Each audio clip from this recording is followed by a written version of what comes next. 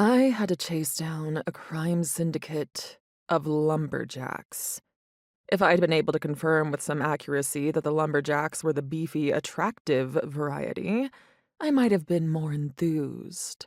But as it was, I had a docket of information about their Colorado-based business propped up on the treadmill in front of me, and the burning in my thighs had nothing on what this document was doing to my brain. I punched the down arrow on the treadmill and slowed to a cool-down walk, my eyes scanning the tiny 10-point font on the paper. My intent had been to dig up information on a smarmy couple who deserved to be put behind bars for what they'd done to my brother's girlfriend. But what I'd found was something a whole lot more complicated.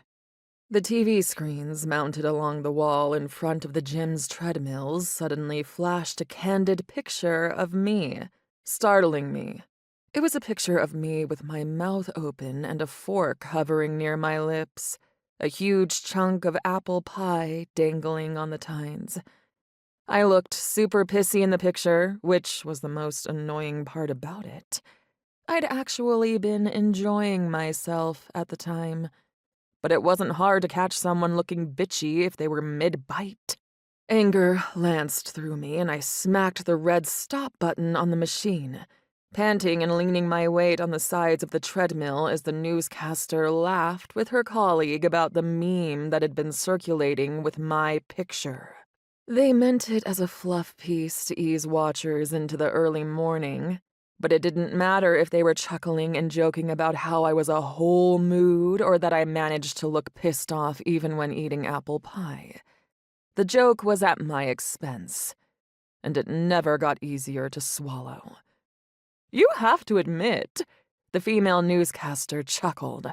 "She did wipe the floor with Trident v. Kapowski. I've never seen someone more entertaining in a courtroom."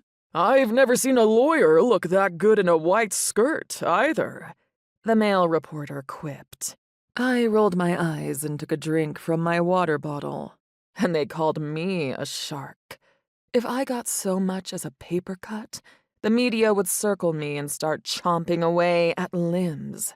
I loved working with high-profile clients, and I even loved the accolades that came from being in the public eye. But I wasn't a fan of seeing my face pop up in random places. It made me jumpy. A call came through on my phone, ringing in my wireless earbuds and pausing the Focus music playlist I'd been listening to. I hit a button on my right earbud. "Hello?" "Azura, hi," a familiar voice said. Remington Cade had a smooth, low voice that, like his brother, gave me the instant impression that I could trust him. And I did, because he'd been the cyber muscle behind my plans to nail Megan Archer Holmeyer to a lengthy jail sentence